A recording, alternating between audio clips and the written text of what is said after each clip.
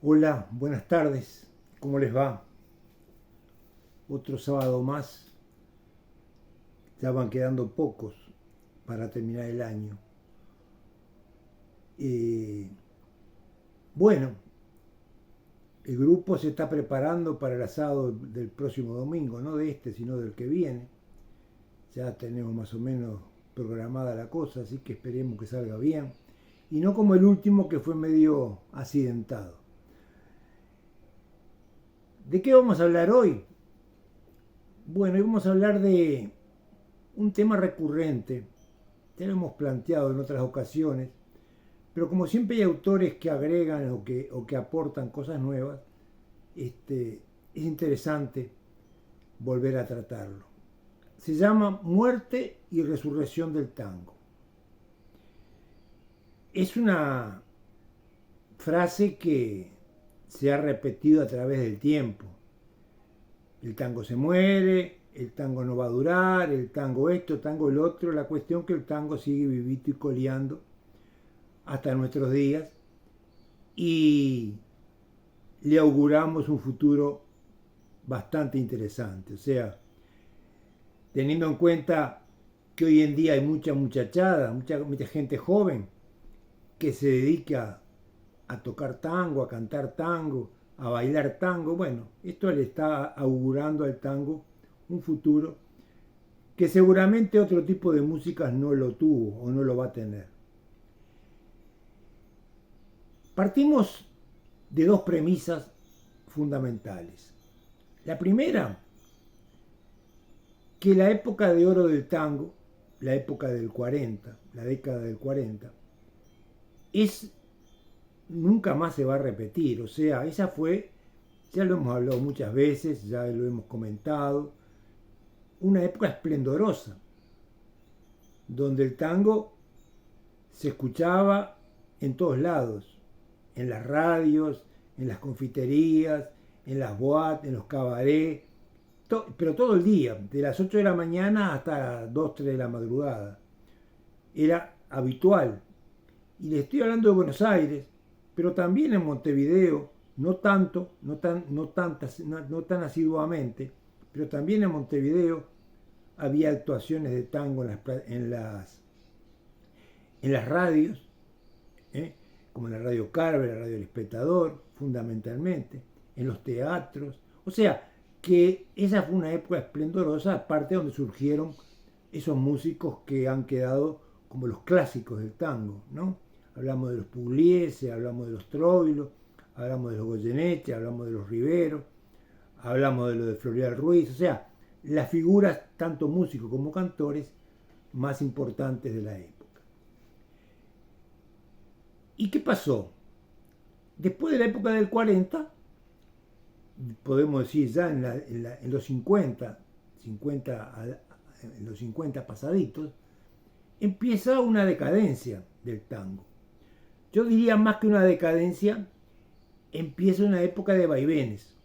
O sea, épocas buenas, épocas malas, épocas que parecería que el tango desaparece, épocas que resurge. O sea, nunca murió el tango, nunca murió, pero estuvo momentos difíciles, tuvo épocas difíciles donde prácticamente no se oía ni en las radios, ni en las televisoras, ni en ningún lado. O sea, eran pocos los que seguían cultivando el tango, sobre todo algunos lugares nocturnos, algunos que conservaban, pero y sobre todo algunos artistas en particular. Y yo menciono uno porque es nuestro, y yo digo que fue uno de los que salvó al tango en su momento, que fue Julio Sosa. Cuando nadie hablaba de tango, cuando ya el tango estaba como perdido, Julio Sosa con sus actuaciones llenaba estadios, aparte pudo utilizar la televisión, ese aparato tan bueno que cuando se usa para cosas inteligentes tiene mucho que ver. Después cuando se usa para otras cosas, bueno, todos sabemos. Así que son dos épocas, una de oro y otra que empieza ya con vaivenes. Y esa que empieza con vaivenes tiene un punto clave, que es cuando aparece Piazzolla, Astor Piazzolla. Y estamos hablando de los 60 ya. ¿Por qué digo esto? Porque todos los amantes del tango tradicionalista, todos los amantes, sobre todo los fanáticos del tango La Guardia Vieja, de esa época, son los enemigos número uno de Piazzolla van a ser los propios tangueros. O sea, no va a encontrar enemigos afuera, sino que los enemigos los encuentra adentro. Eso no es tango. Tanto lo critican, tanto le dan, que lo abuchean en sus audiciones, en sus programas, que no tiene más remedio que irse del país. Y él, que había querido hacer su carrera en la Argentina, tiene que ir a Europa y ahí triunfa, como va a triunfar en Estados Unidos. O sea, lo que acá los porteños, pero digo concretamente los porteños, porque cuando vino a Montevideo fueron los montevideanos, y él mismo lo reconoce, nunca lo criticaron, al contrario, le dieron para adelante. O sea que acá supimos interpretar la música de Piazzolla, que es diferente, que es una música diferente, por supuesto, que no es el tango tradicional, pero que tiene tango, o sea que no es música clásica, es tango tocado con música clásica, pero es tango. Bueno, entonces decíamos que ahí ya empieza un poco la decadencia, en el sentido de que esos tradicionalistas se quedan refugiados en lo de ellos y no quieren saber más nada del tango. Aparte, se suma que es la famosa época del Club del Clan. ¿Se acuerdan del Club del Clan? Bueno, ¿quién no se acuerda del Club del Clan? Era el programa más visto en la televisión, con Palito Ortega, Chico Novarro, y una serie de cantantes más, que Violeta Rivas, que en definitiva cantaban un tipo de música muy alegre, muy diferente, pero nada que ver con el tango. O sea, y las discográficas, que son las que mueven la cosa, porque si la música se mueve es porque que se graba, si no se graba no camina. Las discográficas van a volcar todo su esfuerzo a estos cantantes modernos, a estos que aparecen ahora, y dejan de lado el tango. Y no solamente que lo dejan de lado, sino que eliminaron muchos registros de tangos antiguos, del tango de la Guardia Vieja. Por eso hoy en día es muy difícil buscar registros de artistas de las primeras épocas del tango, que los hubo, pero que se perdieron justamente porque no tuvieron mejor cosa que hacer que destruir todo. Bueno, la cuestión es que con el Club del Clan se profundiza este problema del tango, a pesar de que el Club del Clan tenía entre sus cantantes dos cantantes de tango.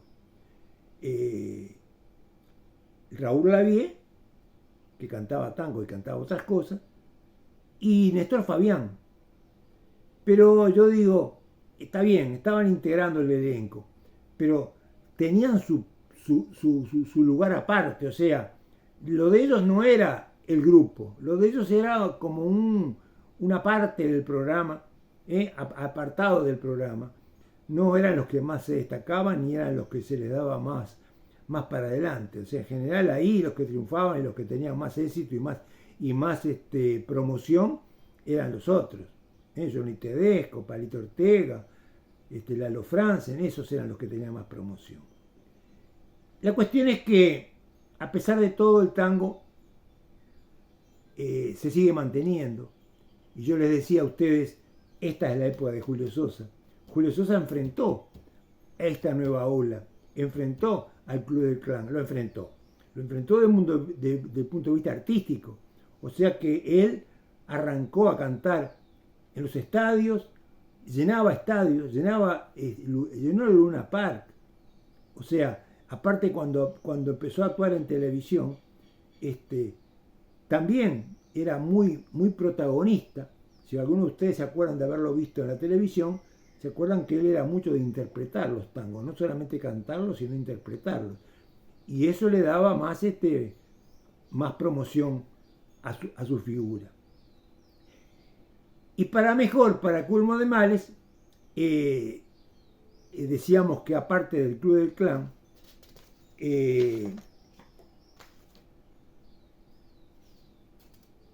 se da una época donde resurge el folclore argentino.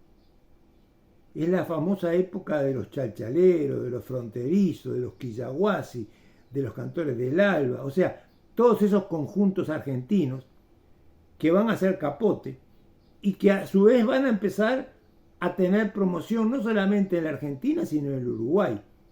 Ustedes no se olvidan que cuando éramos chicos, a los que aprendían guitarra y a los que aprendían a tocar algún instrumento, lo primero que le enseñaban eran todas zambas argentinas, de los chachaleros, zamba de mi esperanza, o sea, todas cosas argentinas. O sea que fíjense ustedes cómo el tango va soportando situaciones, enfrentamientos concretos. Por un lado el Club del Clan, por otro lado ahora el folclore. O sea, son retos que se hace el tango y que bueno, y que los tendrá que afrontar y los tendrá que superar. Bueno, ahora seguimos.